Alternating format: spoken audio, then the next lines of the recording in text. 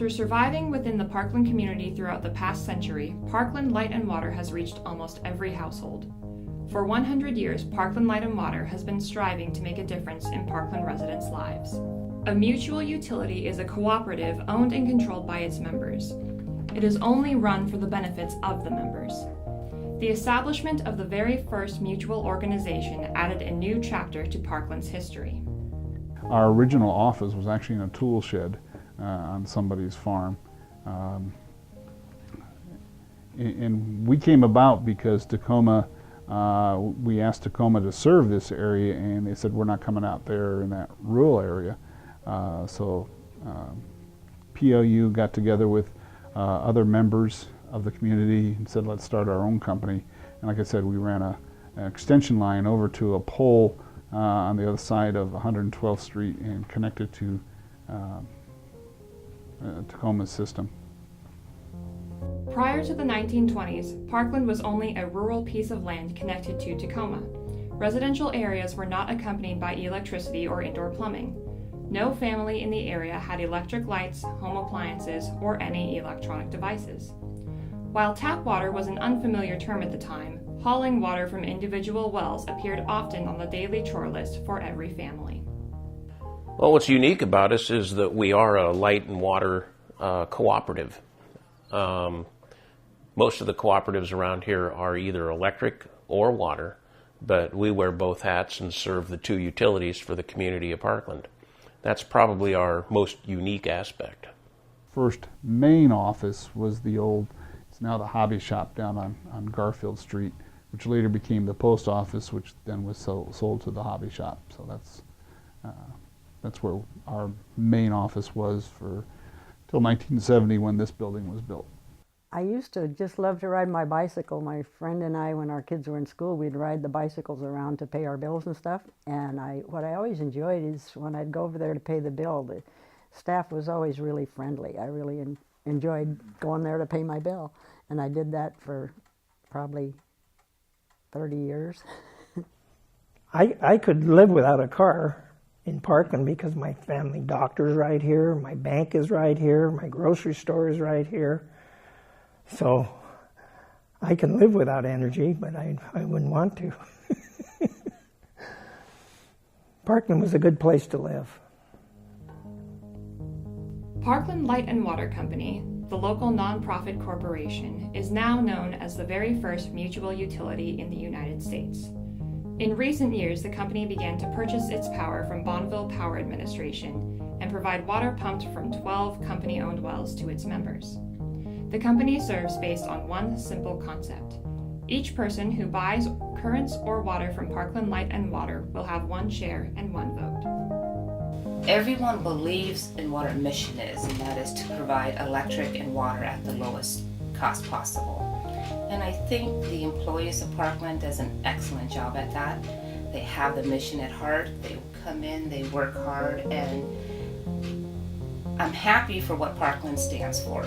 We provide services to the members who own the company, who elect the board of directors, who appoint the general manager, who hires the employees, and hence the employees turn around and serve the members. So just the whole concept of what a co-op is about, how everyone, the employees, and the entire circle of that concept, it just works together. I think it's a great organization, and I'm proud to be working here, and I know most of the employees here are proud to be working here and believe in the co-op mission.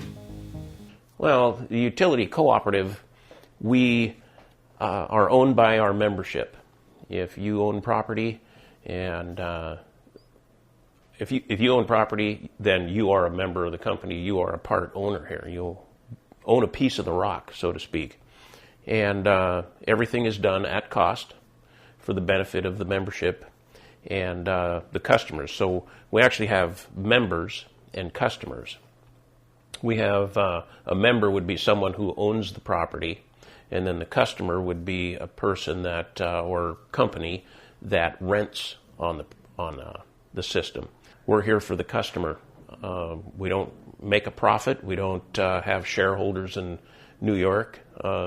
It's all owned and operated and locally controlled here. The board of directors is elected by the membership themselves at annual meetings, and it's all done above board and right here in the Parkland area, and has been for 100 years.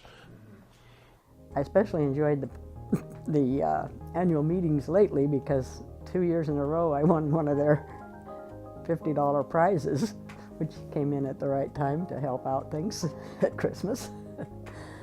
But yeah, they always have a pretty good program. They show slides and, you know, describe what's going on with the company. So my relationship with Parkland Light and Water is I have 5 properties that they serve.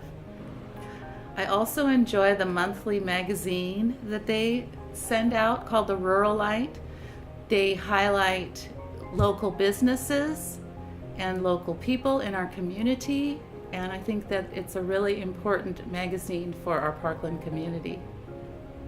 As the members grow, the company has not only become more organized, but also more advanced regarding finance operating system and equipment use.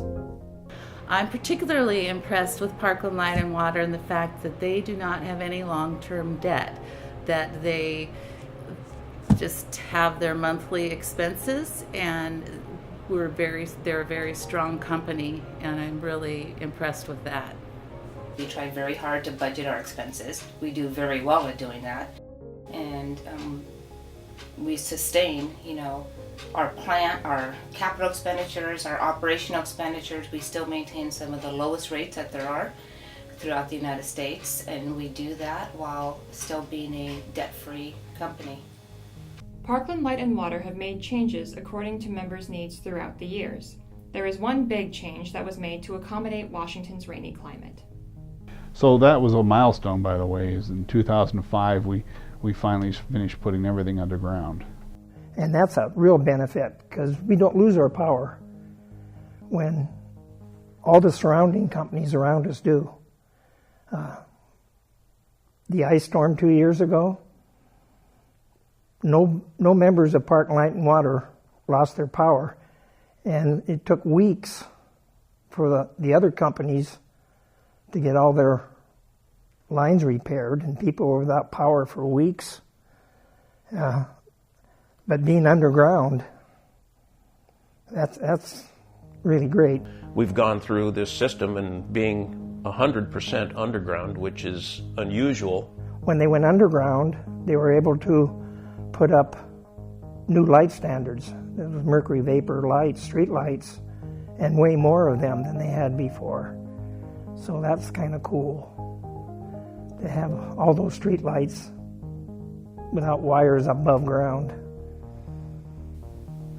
We have actually grown from about 2,000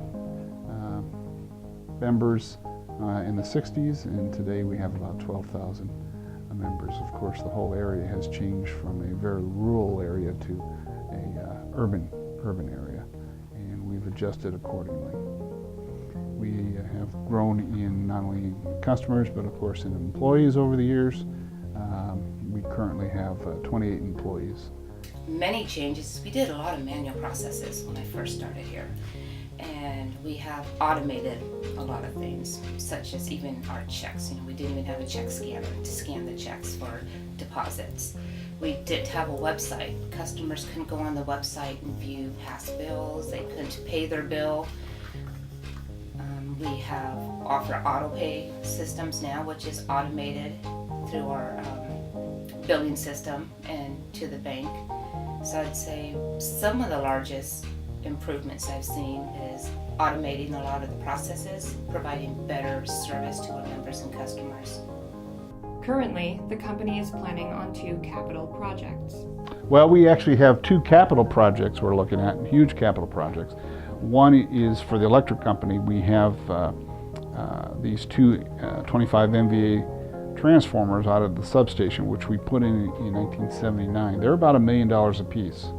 So we're looking at the early 2020s as providing a third one, because those 2, their useful life will be to the point where we need to refurbish them. So we're saving up. We need $1 million to buy another transformer to put out at the substation, so we can take one of the two down and have it refurbished, and then take the other one down and have it refurbished.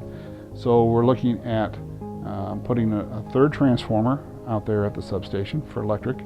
And for the water department, we have 2 old water tanks up at the Richardson Well Yard,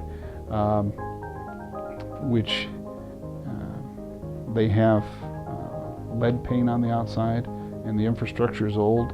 So we have a $4 million tank we're saving money for now to put up in place of those 2 tanks. So it'll be 1 tank to replace 2 tanks. Then we'll only have 4 tanks to take care of, and none of our tanks then will have leaded paint on them. One of the things that we are going to do is we're going to do a SCADA project in our substation, and it's the futuristic system control and data acquisition is what that is, and it allows us to monitor and control our substation feeders and breakers. So technologically is where the changes are going to come on the infrastructure side, with the improvements in the water system, the water pipe, and the pumping methods that we use, and the different types of sanitation equipment and methods that are there. And on the electric side, it would be in control of the system, an improved conductor out there that delivers electricity more reliably and more efficiently in an underground system. Well, we're in the process of getting an entire new ERP system. So this system, every employee is going to have to relearn how to perform their job, from billing to payroll to accounts receivables, customer service. It's going to be a brand new system for everyone. This would be a big improvement to Parkland. We've been on an older system since I've been here for many years. And so this improvement will provide even better efficiencies for the office. Our customers will be able to have a smart app where they can view and pay their bill from a smart app as well. We will have, I just see additional increased proficiencies and ability for us to come up, closer to the 21st century in how we run our business and provide better service to our customers. In the last 100 years, Parkland Light and Water has provided local residents with quality water and stable power at the lowest cost. I think the company is really what looks to the future. They're not just trying to stay where they're at. I think they're a far looking forward company, especially our manager, Mark Johnson. He's excellent. Well, anybody that's been around for 100 years must be running things right, don't you think? And they've always been very open about their funding and their business. If they have to do a increase in the fees, they explain it thoroughly. So, I think it's been a well-run company. Well, if there's anything I'd like to share about Parkland and my perspective of it, is that I think that the membership here should be very proud of this company. It's because of this company and the affordable rates and service that we provide for the membership here that makes Parkland an affordable place to live. We, have some of the lowest rates in water and electric in the state and probably in the nation, and we've been doing that for 100 years. And it's not because there was a board of directors or a team of engineers somewhere out of state that was officiating things, but it's all been done by people who were grown and lived their lives right here, started their lives here, and took Parkland to heart and wanted to make it a good place to live.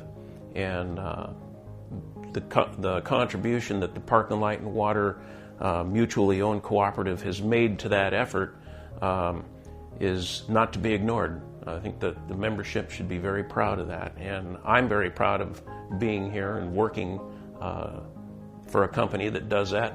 I was born and raised right here in the Parkland Spanaway area, and I only left long enough to serve in the Navy, and then I came back, went to work in the utility distribution industry, and I can't think of a better career than working for these small mutually owned cooperatives like Parkland is.